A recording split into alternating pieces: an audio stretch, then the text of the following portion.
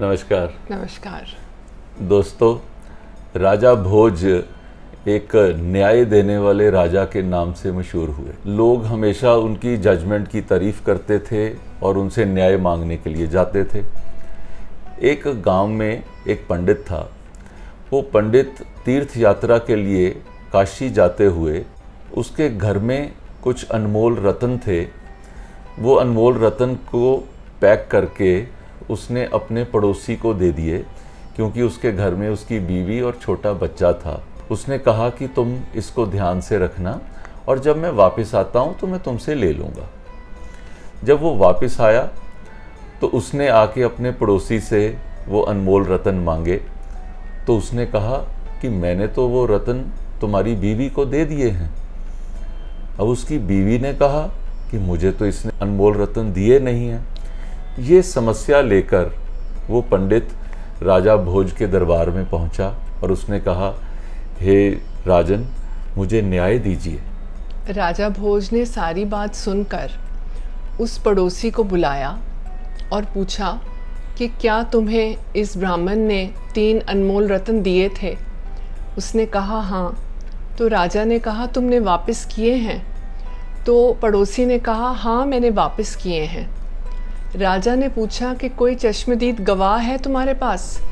उसने कहा हाँ राजन, जिस वक़्त मैंने वापस किए तो गांव के सरपंच और गांव का चौकीदार वहीं पर था।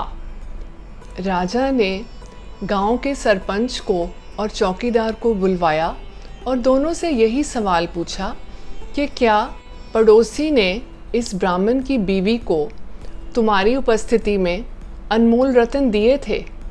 तो दोनों ने कहा कि जी हाँ, इसने दिए थे, हमारे सामने दिए थे। तो राजा को बहुत गुस्सा आया। उसने सोचा कि ब्राह्मण बहुत लालची है और बेकार मेरा समय व्यर्थ गया। तो उसने उनको वापस भेज दिया। अब वो ब्राह्मण बहुत परेशान, लेकिन उसको ध्यान आया कि उसी गांव में एक भेड़ चराने वाला चरवाहा है। वो चरवाहा इस बात के लिए बहुत मशहूर था कि लोग उसके पास समस्याओं का हल करने के लिए जाते थे या उससे कोई फैसला कराने के लिए जाते थे जब किसी की लड़ाई हो जाती थी। उसने जाकर अपनी सारी बात चरवाहे को बताई। चरवाहे ने भी उनके पड़ोसी को, गांव के सरपंच को, चौकीदार को वहां पर बुलवाया। जैसे ही ये पता लगा, राजा भोज ने भी उस चरवाहे का नाम सुना था। राजा भोज भी वहाँ पहुँच गए ये देखने के लिए कि वो चरवाहा किस तरीके से न्याय करता है। उस चरवाहे ने वो ब्राह्मण की पत्नी से एक साइड पे जाकर उसको पूछा कि बहन, क्या तुम्हें वो अनमोल रत्न वापस मिले हैं? उसने कहा नहीं, मुझे अनमोल रत्न नहीं मिले। फिर उसने सरपंच को एक तरफ बुलाया और उसको पूछा कि क्या तुम्हारे सामने ये पड़ोसी ने अनमोल रत्न वापस किए थे? उसने कहा जी हाँ।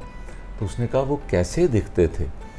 तो सरपंच ने कहा कि वो इतने बड़े बड़े रत्न थे, नीले रंग के थे, आसमान की तरह उनका कलर था।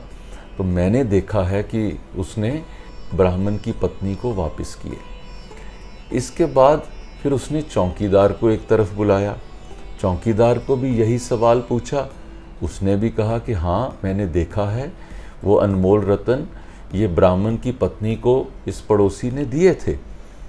तो फिर चरवाहे ने उसको भी यही पूछा कि वो कैसे दिखते थे? उसने कहा कि वो लाल रंग के थे, जैसे खून का रंग होता है, और वो इतनी इतनी बेरीज जैसे वो उनका साइज़ था। तो चरवाहे को समझते हुए देर नहीं लगी। अब उसको अपना निर्णय देना था।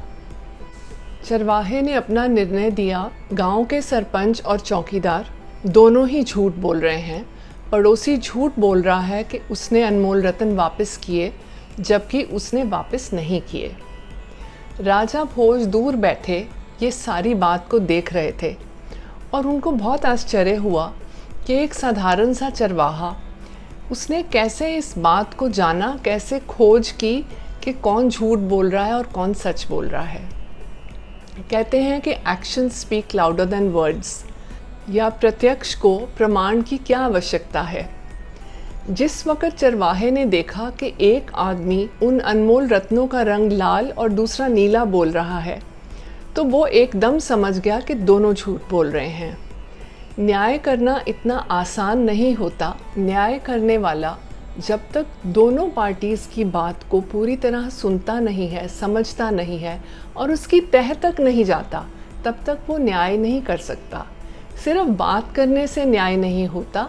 न्याय करने के लिए समस्या को समझना पड़ता है और उसे जानकर ही न्याय हो पाता है। अगर आपको सनरेज़ की ये कहानी अच्छी लगे तो ज़रूर अपने फैमिली और फ्रेंड्स के साथ इसे शेयर करें। इससे उन्हें भी फ़ायदा होगा और हमें भी। धन्यवाद। धन्यवाद। अगर आपने हमारे वीडियोस नहीं देखे हैं तो नीचे दिए गए किसी भी लिंक पर क्लिक करें और लॉग इन करें।